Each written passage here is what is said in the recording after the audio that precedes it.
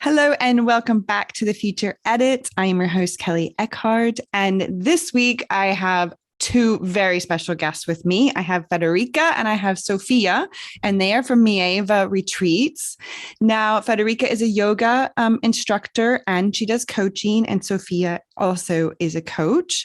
And they have a lot of really amazing wisdom and knowledge to share with you. And we're also going to talk about their retreats that they are just now organizing for next year in Portugal. Cannot wait to hear all about this. So, ladies, thank you so much for being here with me today. Hi. Hello, so happy to be here. And they are actually sitting in Portugal right now, so I'm a little bit jealous. Yeah, I was in Portugal actually 2 weeks ago in Porto, not where you guys were, but nice country. Yeah, oh my God. Yes, you don't want to leave. That's why we do the retreat here. It's just our So happy place. It is. Yeah, I mean it's the Bali in Europe. Yeah, it is, isn't it? Because what I found, I've been to Bali once and it was amazing and I can't wait to go back. But if you can't travel that far to Bali, Portugal is a really, really good, I don't want to say substitute, just another option, right? Mm-hmm. Yeah, exactly. Nicely said. Now, let's start off with Sophia. Talk about yourself, give a little bit of your background on what you're doing with your coaching and that good stuff. Yeah, the good stuff. So I'm Sophia and I am an inner voice coach. So that means that I'm helping people to become their own best guide and to connect to the intuition for clarity, confidence, self-love, and all the good stuff. So I felt in my own journey that I was always kind of looking outside. I was looking outside for orientation. I was hoping that someone could give me the answers, if that would have been parents or, I don't know, Google or books, podcasts. I would always try to find the answers somewhere outside, and also hope that there would be someone that could tell me like what my purpose was and why I'm here, and all those questions. And then at some point realized nobody can tell me that, and it's all in me. And when I discovered the power of the intuition, I was confused because I first thought, okay, it's nice, we all probably have experienced something like a gut feeling before, or we just knew something was right or wrong, but couldn't quite put it into words. And when I learned how to connect to this part of me, intuition, other people call it soul, higher self. I think it's the connection to your soul. It's that part of you that is not influenced by your ego thoughts or by your subconscious mind that stores all the limiting beliefs, everything. It's a very neutral part of you. And when you learn to connect to it, you always get answers. And it's not just these random gut feelings. You can literally talk to it. You can use it as a tool. And I think it's a superpower that we all have. And we just need to make space for it and take the time to listen to it and to learn to connect to it, and also learn the difference between what is my mind, what's my ego thoughts, and what is this peaceful inner knowing. So that is just to try to explain what I do. And there's lots of more stuff, but I think that's the I mean, it's interesting how important, especially right now, I mean, it's always important to connect with yourself and to hear that inner voice, right? But I think a lot of people are really starting to learn to reconnect and hear that gut, that inner voice more now than ever because of what we've gone through through the last few years. And it's so interesting, that point that you say about looking on the outside, you're never going to find the answers. And this is exactly where I'm at right now as well. And why I started the podcast is, it's all you, babe. It's all you. You're going to have to go inward to find it, right? Yes. Because we don't learn to trust ourselves, do we? Exactly. We don't. And at first it feels super scary because you think, oh my God, it doesn't feel exciting in the beginning to know, I have to find it myself. In your imagination, it's easier to ask someone, what to do. What am I supposed to do here? How does this work? How do I build a business, or how do I make this decision? I don't know what's right or wrong. So learning to trust yourself, even like only when you do that, only when you trust yourself, then it feels like a liberation, because you don't need this outside orientation. And like you're saying, especially now with so much uncertainty and unknown, I think that's why a lot of people got so frustrated or so nervous, anxious, depressed even, because we were also as a society looking outside for orientation. And now that there is no orientation, because you don't know what to plan, you don't know what's coming, there's so much uncertainty, so many fears arise. And if you don't have this, if you're not rooted in yourself, it can get really scary. Oh, completely. Yeah, absolutely. And I think there's a lot of scared people out there, or were scared, and now they're like, okay, I have to do something about this now. I can't live with myself anymore. I mean, and that's how most people, turn to coach or turn to yoga and, spiritual guidance from someone else, is because they can't handle themselves anymore. They're like, right, I have to find out who I am as a person, right? Which is really important. So Friederike, talk about your work as coaching and a yoga instructor, because it all goes hand in hand, isn't it? With your physical body, your mind, your spirit. It's you guys are a perfect match, aren't you? Yeah. Sounds like a good love story, but it's not. So we talk about how we met and stuff, but this will come after. So I am a purpose coach. I'm certified in life and success coaching. I'm also a multidimensional coach. This is the training we both did. Nice. And I'm also a yoga, meditation, and breathwork teacher. And with clients, I work on their subconscious mind. So I use tools like NLP, hypnosis, EFT. And I combine them with movement, breathwork, and meditation. Nice. So it's all about grounding yourself, trusting yourself, get back into your body, because most of the time we're so disconnected from our body. So sometimes in a yoga class, people don't know where their body is in space. Yeah, this is called proprioception. So the knowing, where is my body in space? I sit here and I can feel my feet, I can feel my fingers, I can feel even the top of my head. Yeah. And I'm completely rooted inside myself, in my body. And most of the times we run from that, and we're not inside our body. So this is why I love yoga and breathwork and meditation, because it brings us back to the present moment also. And that's what's really important, isn't it? Because they say most of the time when you've disconnected from yourself, you find it through movement, like you said, because it is finding your body through time and space and where it's at. And if you don't know where that's at, how can you fully connect with you and the space around you, which is super important. Also, the body stores emotions and all our truths. So when we move, we kind of unlock them or unblock these energies that are locked inside ourselves. And this is also why we feel oftentimes so vulnerable after a yoga class, or why we cry even in Shavasana. It's because something got released. Yeah. And when I started teaching, I just realized that people would come after the class to me and tell me a lot about their personal things. I wanted to help them more. I wanted to support them more, but I realized that I was not qualified enough. And this is why I got into coaching. Nice. Because I wanted to support them even deeper.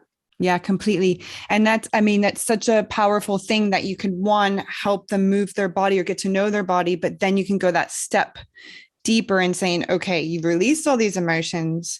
There's clearly a core problem here. So how can I help you kind of draw that out, right? Yeah. Which is really, really great. So so tell me, how did you girls meet? So actually we met on Instagram. Instagram's super powerful. Yes, it is. The holy algorithm of Instagram. Because she was, so her profile popped up, and I was just like looking at her profile, and I was even like scrolling her website, because I got also into coaching. And then I read about her story, and I was just like, you're a little stalker. Like, okay, wait, I know the kind of coaching she does because my coach is working like this and I want to do the training. So I realized Sophia, the one my coach already told me about. Like she would say to me, I have a girl, she's called Sophia, and she's also like your age, and she's also into spirituality. And I was just like, yeah, let's see what this kind of girl she is. She's gonna be a super woo.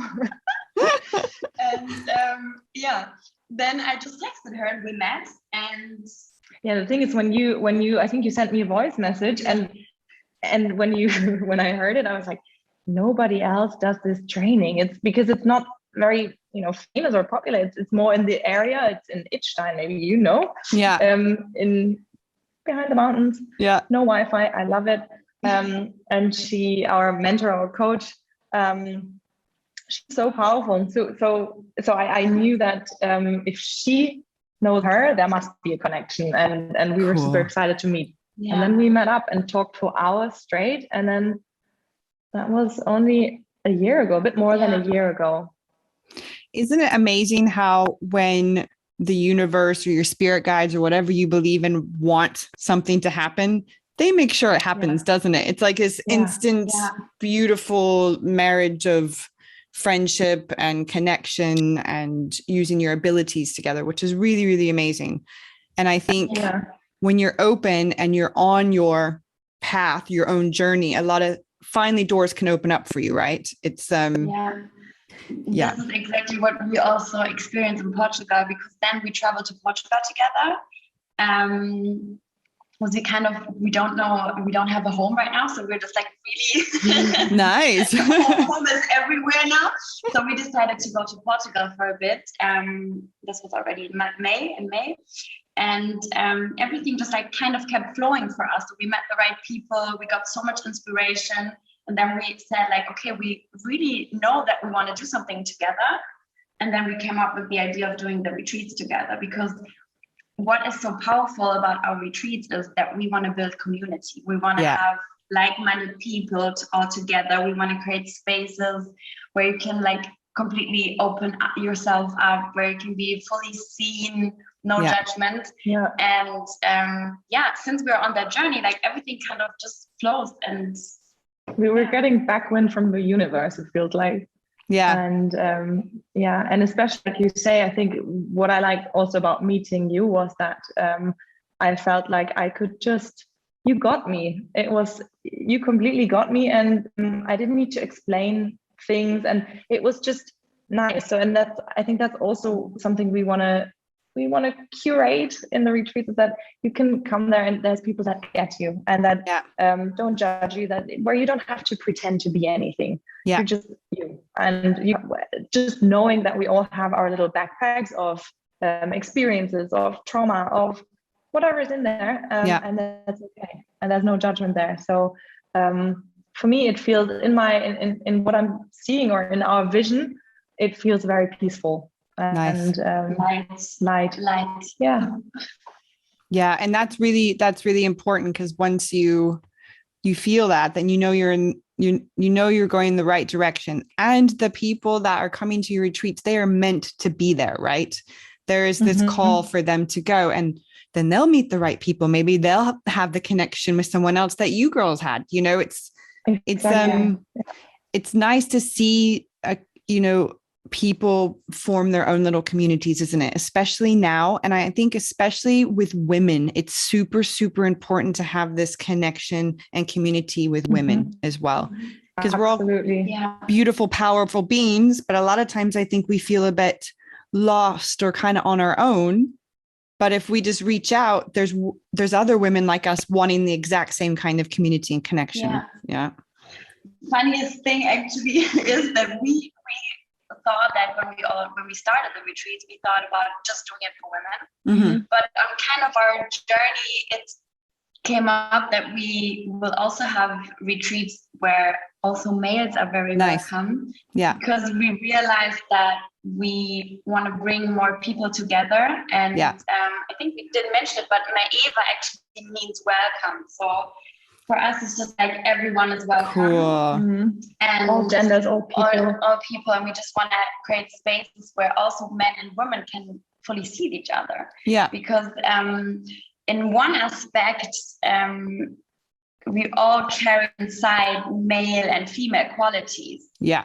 So from a point where I reject male qualities, I also kind of reject parts of myself. So it's really interesting to balance this out. Yeah, completely. In yourself and also with others. So Sophia heard the story like 100,000 times, but I will tell it again because for me it was really interesting to see what happens if you do your own inner work, what happens then outside, right?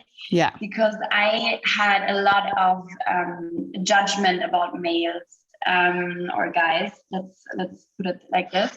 So when I would come to a seminar or a training or any kind of gathering, I could tell you 100% there would be no man inside the room. Because this was my frequency, right? This was something that I would like project outward. Yeah.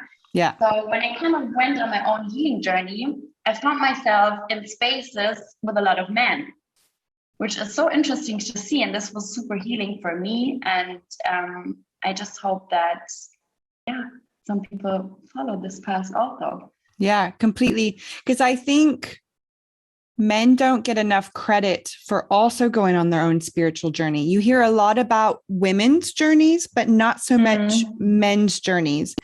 And men also go through the same feelings that we go through of who am I? How do I connect with myself? Where am I going?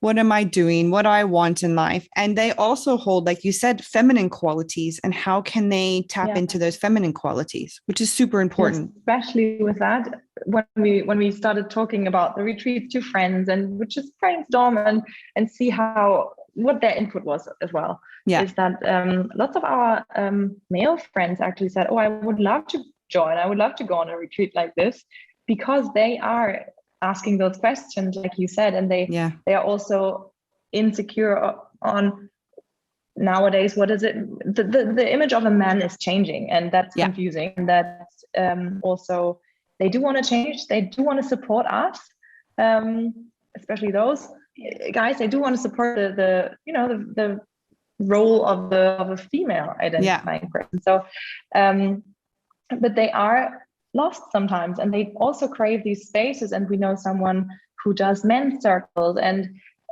healing in this field as well, and I think that's so powerful. And to include all genders and see how we can. It's important that we have our separate spaces, that we can, it's different if you're in a group of just females, and it's powerful. And we also want to do this, but also have spaces where we can grow next to each other and with each other. That would be incredible. And I think that's really nice because, like you said, I think some women at first, they want to have this connection with men, like you said, Friederike, but you have to do your inner work first to connect with that. So, and then once you connect with that, you're like, oh, actually, but I can gain so much from you, right? And vice versa. And it's quite interesting because my husband and I are doing a podcast tonight about his point of view of being a man in today's society, of being a husband, being a father, trying to find his spirituality and finding his feet, because I've been talking to more women just because it's natural for me. But he said, but also women need to hear my point of view and men's point of view, because then it allows us also to open up more and to be a bit more sensitive. Because sometimes I think as women, even though we're sensitive human beings, we still don't give men enough credit of having that female aspect of saying, oh, you're not feeling good today. Okay, I'm sorry. I need to give you that space. We just expect like, well, what's wrong with you? Kind of, and it's only fair for them too. So I really actually appreciate that you have this open for every gender, and people that don't associate with gender. That's also allowing everyone, which is super important as well. To welcome this. exactly. Yeah. So just kind of go into a little bit of detail, because I know that you guys have just been trying things out, because I was like, oh, they've done one already. Like, no, don't jump ahead of us. So your first retreat will be in April next year? Yes. Okay. And we'll be in Germany, actually. Oh, is it? We'll also do retreats in Germany. And first week of April will be in Allgäu. Okay. Beautiful mountains. It's in nature. It's such a beautiful space. I am looking forward to it so much. Yeah, absolutely. So, yeah, and then the next ones as well in Portugal over summer. Nice. Yeah. So kind of go into detail a bit about, without giving too much away, because I know you guys want to also surprise people, but what should I expect going into your retreats? I mean, also you want to not go in with expectation because you want to be open, but most people are going there because they want to connect. So a typical day will always start with yoga, meditation, and breath work, because I always like these three go hand in hand. Yeah. You can't really separate from me. You can't really separate the three. So we start with yoga, meditation, breath work. And especially in stillness. Yes. So till 11, it's completely silent, because I experienced this at every teacher training I did. We had stillness till 11, and it's super powerful to start the day in stillness and just be yourself and be present. And we will also have a silent breakfast, which is first a bit strange for people, because normally when we eat, we always talk. We're not really concentrating on the food that we're eating. Yeah. So with silent breakfast, you really appreciate the food that you eat, and you're really present, and it's a beautiful experience. I don't want to tell so much about it, because everyone will experience it on their own. Yeah. But So it's about the presence. I think the morning is silence, presence, peacefulness. Mm-hmm. And then we will have a brunch. We have good food, and and then we'll do coaching workshops or workshops on different topics. It depends on the theme of the retreat. Okay. Our Reconnect retreat, for example, is a lot about intuition, tapping into your intuition. So workshops will be around, okay, how do I connect to this wisdom inside of me? How do I know, what's my ego thought, what's my mind, what's my intuition? Again, this is with your body, because your intuition is felt in your body. Yeah. Or an image pops up, but it's a lot with breathing again. Journaling, reflection, these different things, but that will be different for every retreat. For example, in spring, it's more about, when nature is blossoming, this new fresh energy of spring.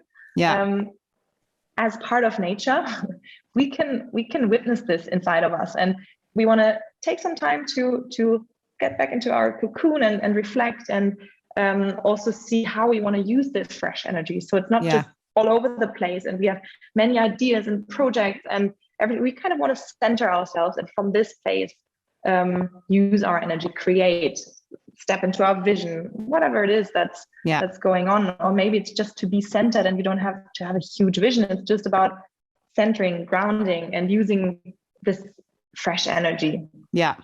And that's the thing, right? Is to not have this expectation. Because like you said, some people, their experiences are going to be completely different. Some might get this amazing vision and they know exactly what they need to do next. And other people, it's just taking that little step to hearing their inner voice again, right? And and sorry, Friederike, you're going to say something. No worries. And with the retreats in general, we just want to teach people tools that they can use also after the retreat. Because what happens sometimes is that when you find yourself in these kind of spaces and you then get back to in reality, normal life, it just like hits you really, really hard. Yeah. And the most important thing is about reintegration. And one of my teachers always asks us, is your practice pulling you away from life, or is it connecting you with life? Interesting. And yes, because you can find yourself in spiritual practices, especially, you can become more disconnected from your life, from normal life. You would just like kind of use it as an escape. Yeah. I would like sit hours in meditation and my morning practice when I started my spiritual journey, but this was not healthy. This was more escaping life. Yeah. So somehow you can integrate this in your life and not be held in this beautiful space and then falling out of your cocoon. Oh God, no. So they do want to give them the tools and see how they can integrate this. And then in the afternoon, for example, there's free time. If we're in Portugal, if you want to, you can go surfing and connect with nature and in water. For me, there's nothing where you're more present than when you're in the water and the wave can hit you at any time. Yeah. So you can tell we're beginners. And then, there's time to go on a hike. In Germany, there's also the place we're doing it at. There's beautiful nature. There's a forest. The reconnection I think that's the theme of all the retreats. Yeah. And then we'll have restorative yoga and yoga nidra meditation. Nice. Before dinner. And then dinner, finally, you have after our morning silence, you also have food, what we're seeing with the community, with laughter, with lightness. And that is a typical day, I guess.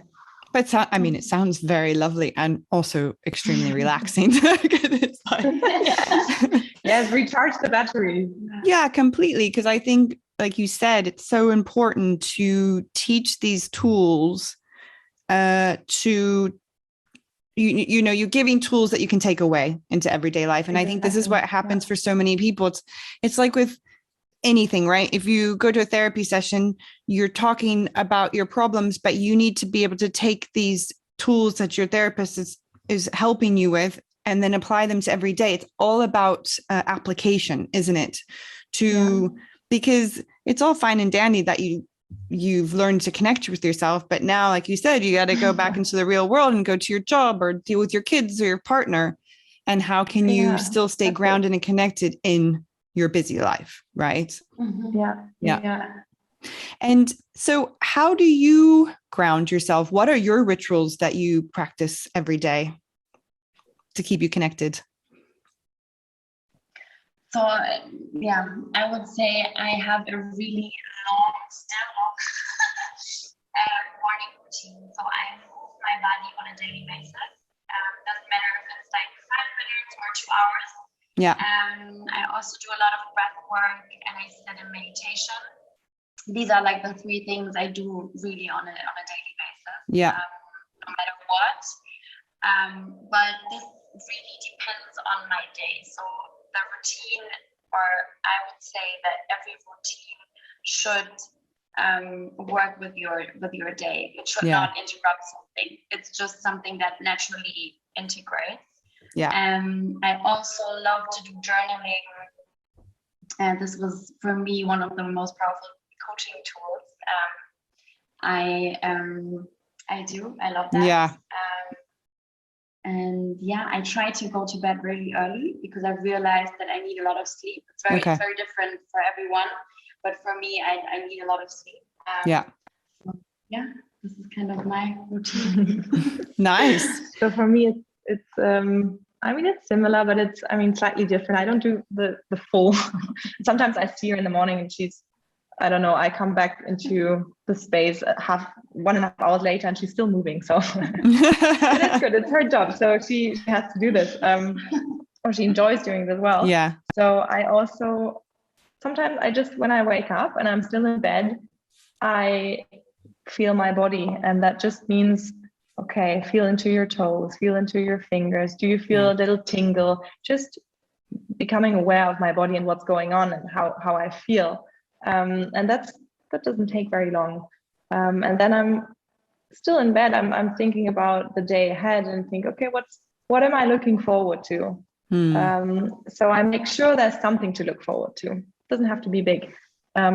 Sometimes, very often, it's the coffee in the morning, just to like, oh yes. Yep. Just little moments.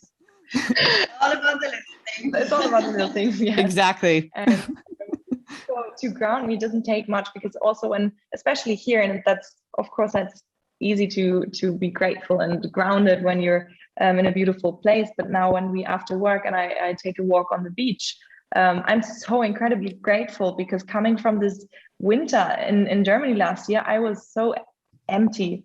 So I really am filling my own cup with these walks along the beach, or even when I'm at home in Germany, I like to go on a walk. If that's sometimes during lockdown, for example, I would take walks in the morning. Just a little morning walk, or after work to disconnect from work and enter my free time, if you will. And I also love especially stream of consciousness journaling. So that means you are writing 3 pages in your journal without any question or without anything, and without putting your pen down. So in the beginning, that can sound like, I'm still so tired, blah, blah, blah, blah. It's all your mind bullshit. Completely. And then at some point, I can feel there's something else coming through. That's often my intuition. And then I start asking questions that my mind has. And I can feel there's answers coming through. And that's a beautiful practice, because there's no pressure. You don't have to give answers to specific questions. You just let it flow out and feel better afterwards. Or it's interesting with journaling, because you can almost write yourself back to yourself, because a lot of times I wasn't like, my mother has always been a big journaler, and she's like, you should keep a journal. I'm like, no, I'm not doing that. And then when I started going to therapy, she's like, you need to keep a journal, like really start doing. And then I got to the Artist Way morning pages, and it is unbelievable, the power of writing your thoughts. And like you said, if you're connected to your intuition, there'll be some times where I get this tingling in my hands and I just write, and I know clearly something is writing through me. And and you can't write fast enough. You're like, okay. I'm sorry. I'm trying. That's your inner voice coming through. And also what I'm experimenting with is just to take my phone out, ask the questions, and just start talking. And the good thing is nobody listens to it. So it can sound stupid, but it's because what I do with the intuition as well is, like you're saying, when you feel like something is flowing through you, sometimes you get out of the flow by asking another question, having to write that down.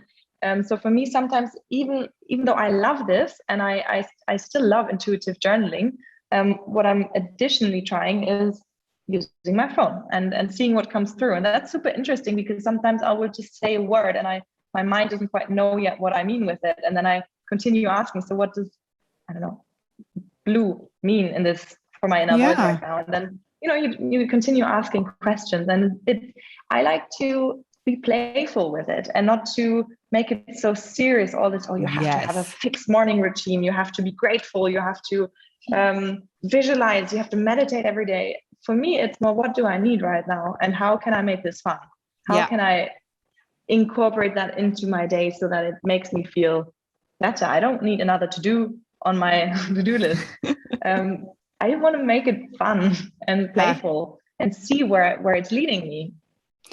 That's such an important point, because I think a lot of times, like you said, it can be taken so seriously. Oh, I'm getting to know myself. I have to connect. There's so much trauma. There's so much this. I didn't do my 3 bullet point gratitude list. It's like actually really connecting with yourself is also connecting with joy again. And I think what happens is when people, they forget the beautiful importance of everyday joy.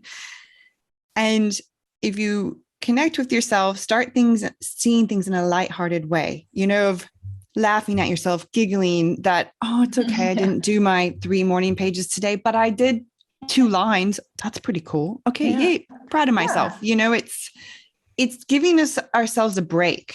It's like, that's it. Stop being so harsh and critical with yourself. And I think this is when I stopped doing this, is when I started to also love and accept myself. And that's a huge one. I mean, self-love, it's thrown around everywhere. And it's good. But I feel that only when I really was so sick of not liking myself, of being so critical all the time, judging myself, thinking I have to do better, be better, do more. I think at some point I just got so sick of it. Yeah. And now it's like, oh, don't even bother. And I know I'm giving my best. And it's been a journey. I can tell you that to just like myself. Yeah.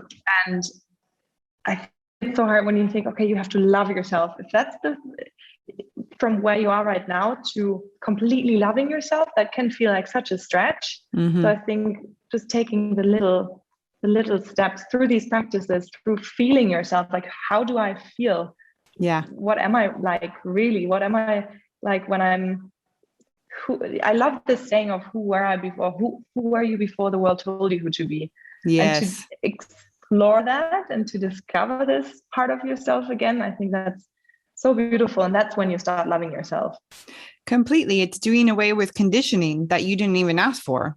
It's exactly. Yeah. It's funny because when, you hear these, when your soul chose to be into this body, you knew why you were choosing to come into this. You knew there would be a great life lesson for you.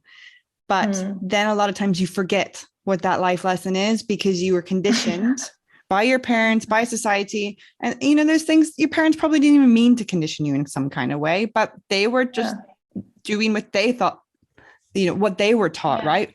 It's a generational thing of this conditioning. I think now, especially now in this generation, it is like, no, I'm not going to do that anymore. I want to cycle. Exactly. It's time to uncondition and become real again, which is awesome. It is.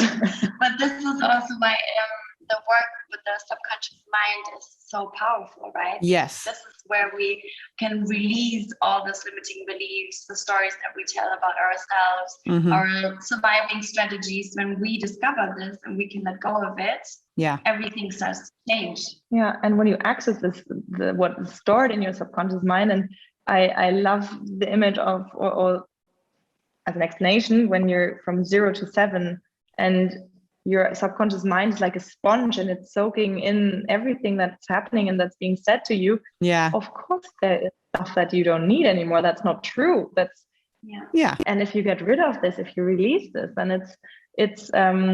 I think the mind has only so much power or discipline. What will always overrule discipline is feelings. Yeah. Is the emotions that are still suppressed. And that's why I love this work.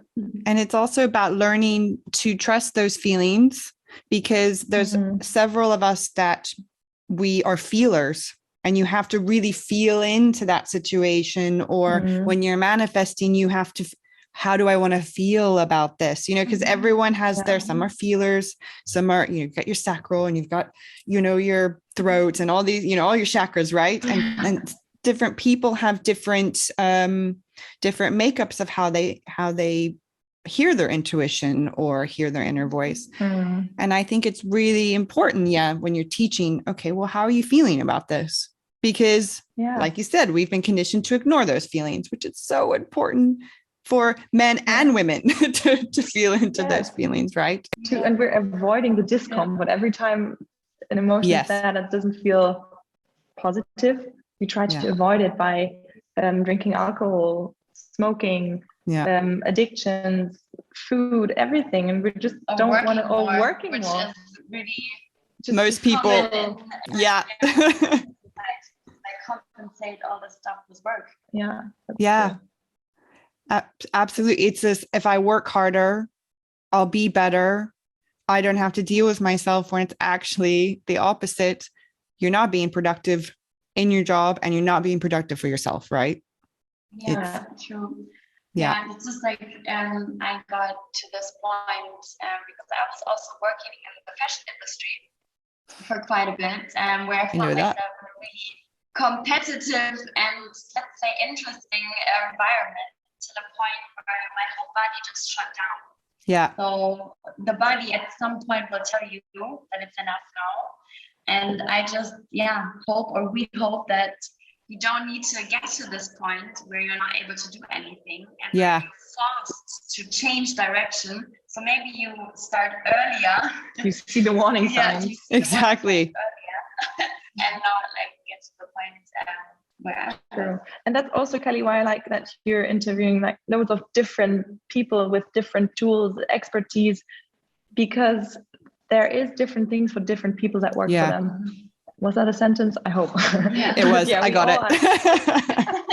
We're all so different. So things that works for me might not work for someone else. Yeah, exactly. And I think, I mean, it's interesting that you said that you worked in the fashion industry as well, because I had Farah on here, and she is combining spirituality with the fashion industry now of, you know, you can combine the two. There's so many things that you can combine, and it is teaching or giving these tools to people from a younger age, you know, to where if you could be in, kids in school need to learn how to connect with themselves, you know, and the younger that we start and aware individuals, the better, like just a better life they're going to have, right? Because they're not going to have this expectation of, oh, I have to do this or should do this, or, you know, it's no, I feel in my gut that this is right for me, you know. This is so cute because that you mentioned this right now, because you have to think about this. Portugal, we met some parents here also, and they told us that in Portugal, the schools, they start really, really young with introducing the law of attractions to children, and they also not every school, but those specific schools, and also that they learn different feelings, like how do I feel when I'm jealous or when I'm angry, or that they just can like.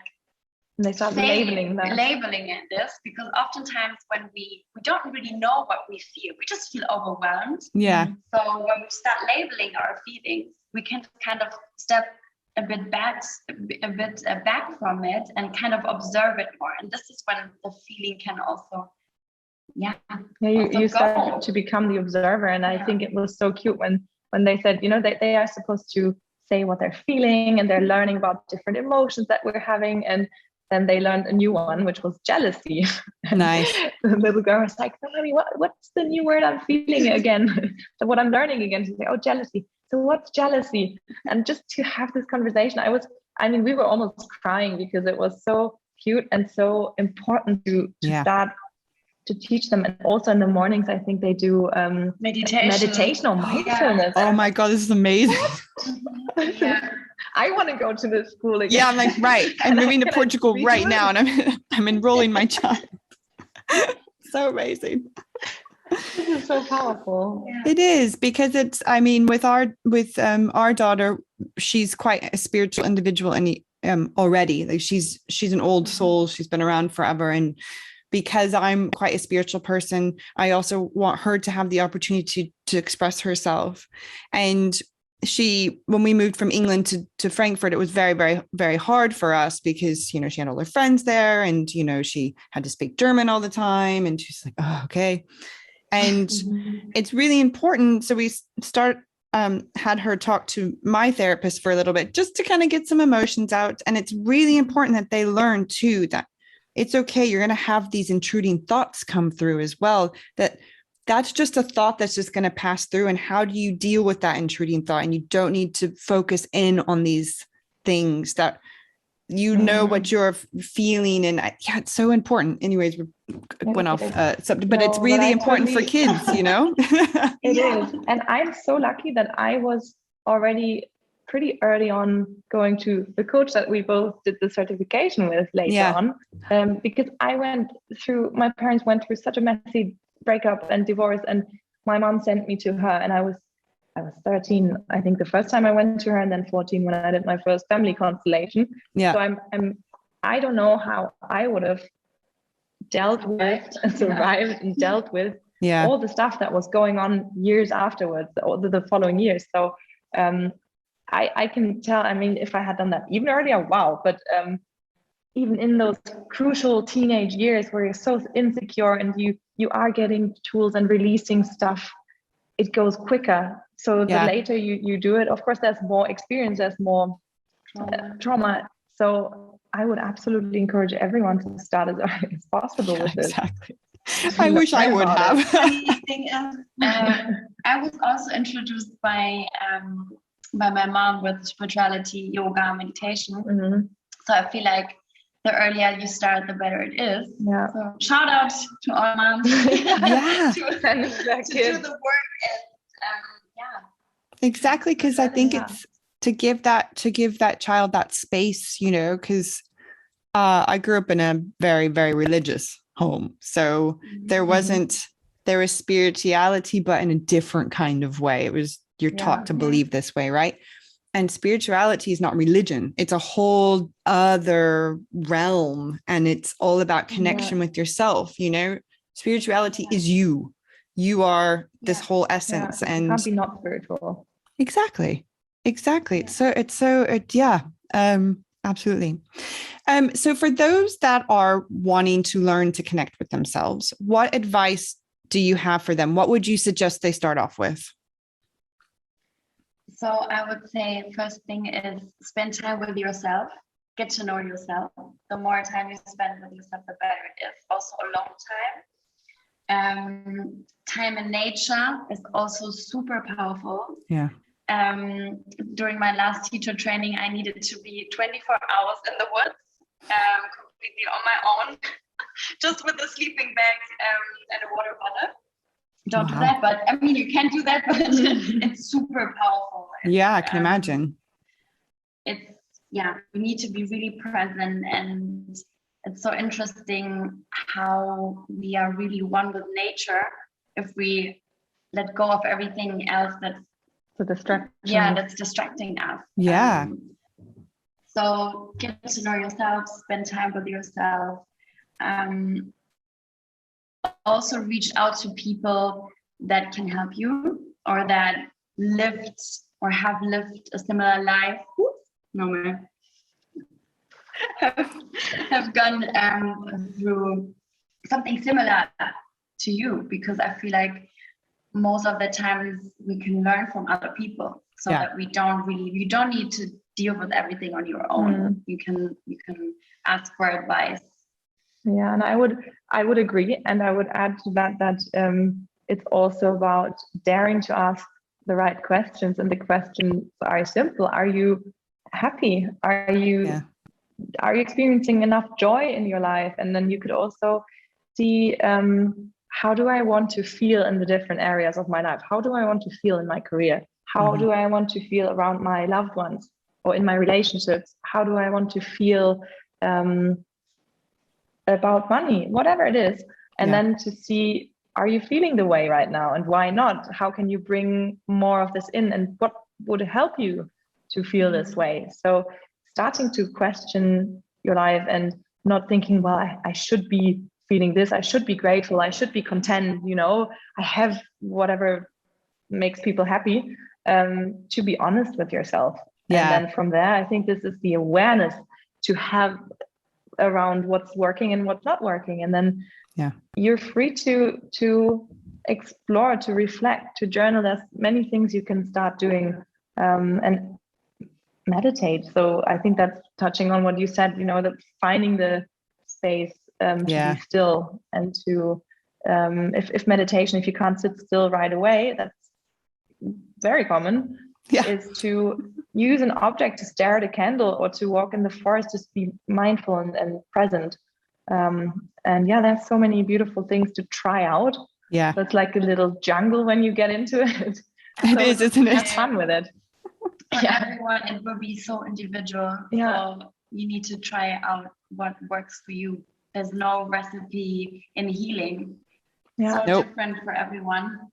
I mean, I would love to tell now the recipe. It's all a process.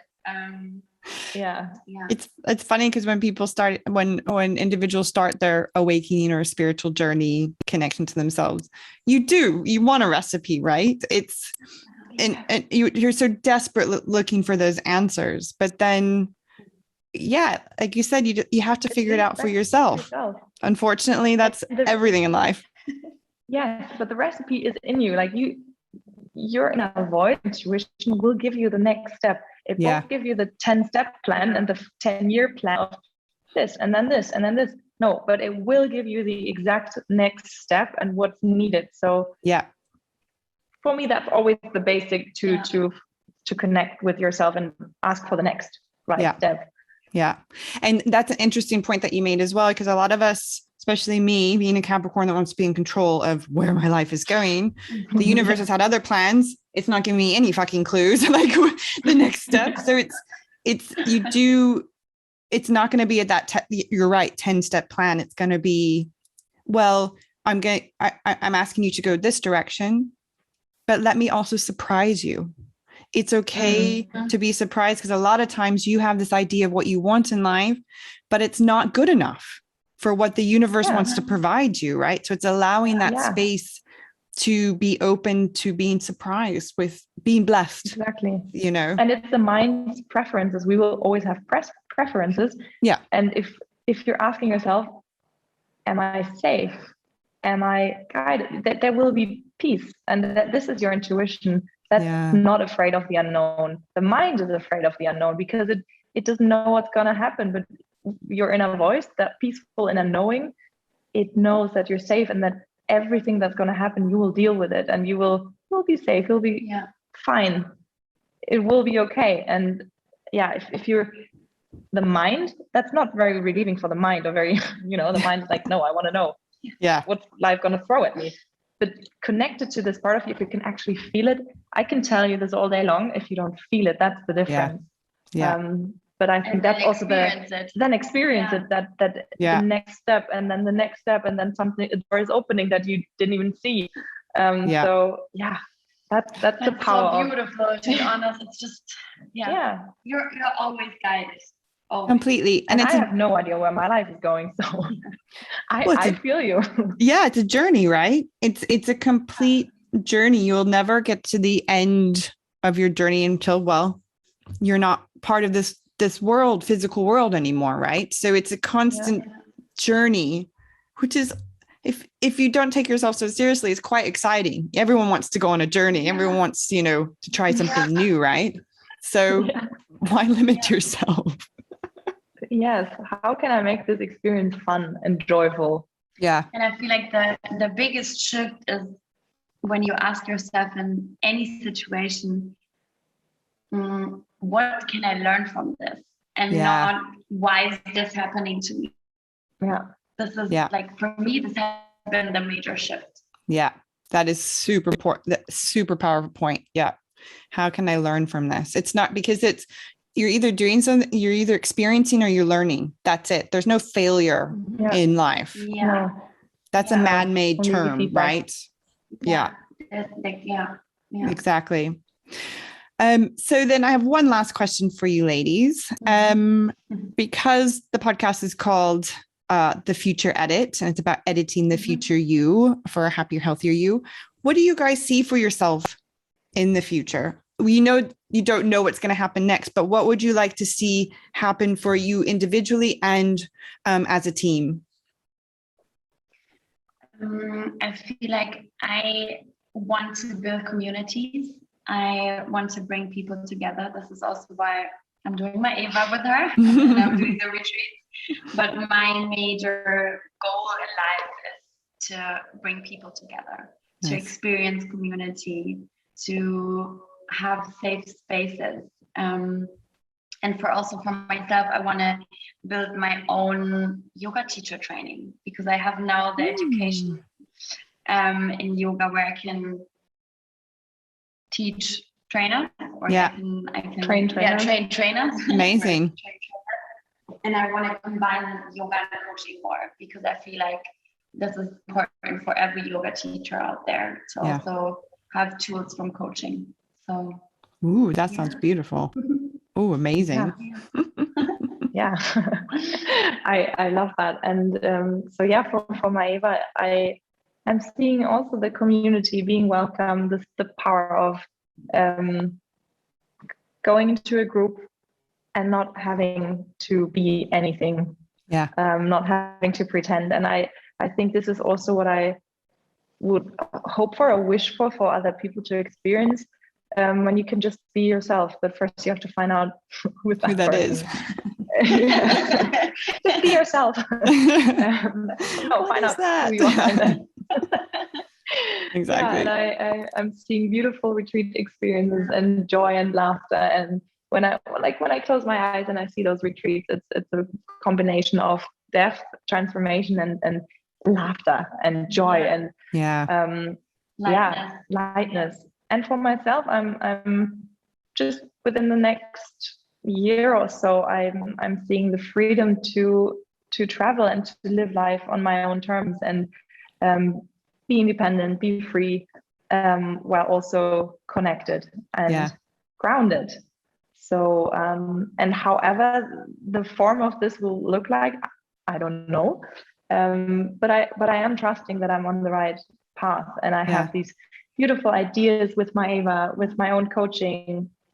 But I'm absolutely open for the universe to surprise me how exactly this looks like. Yeah. Oh, this is amazing.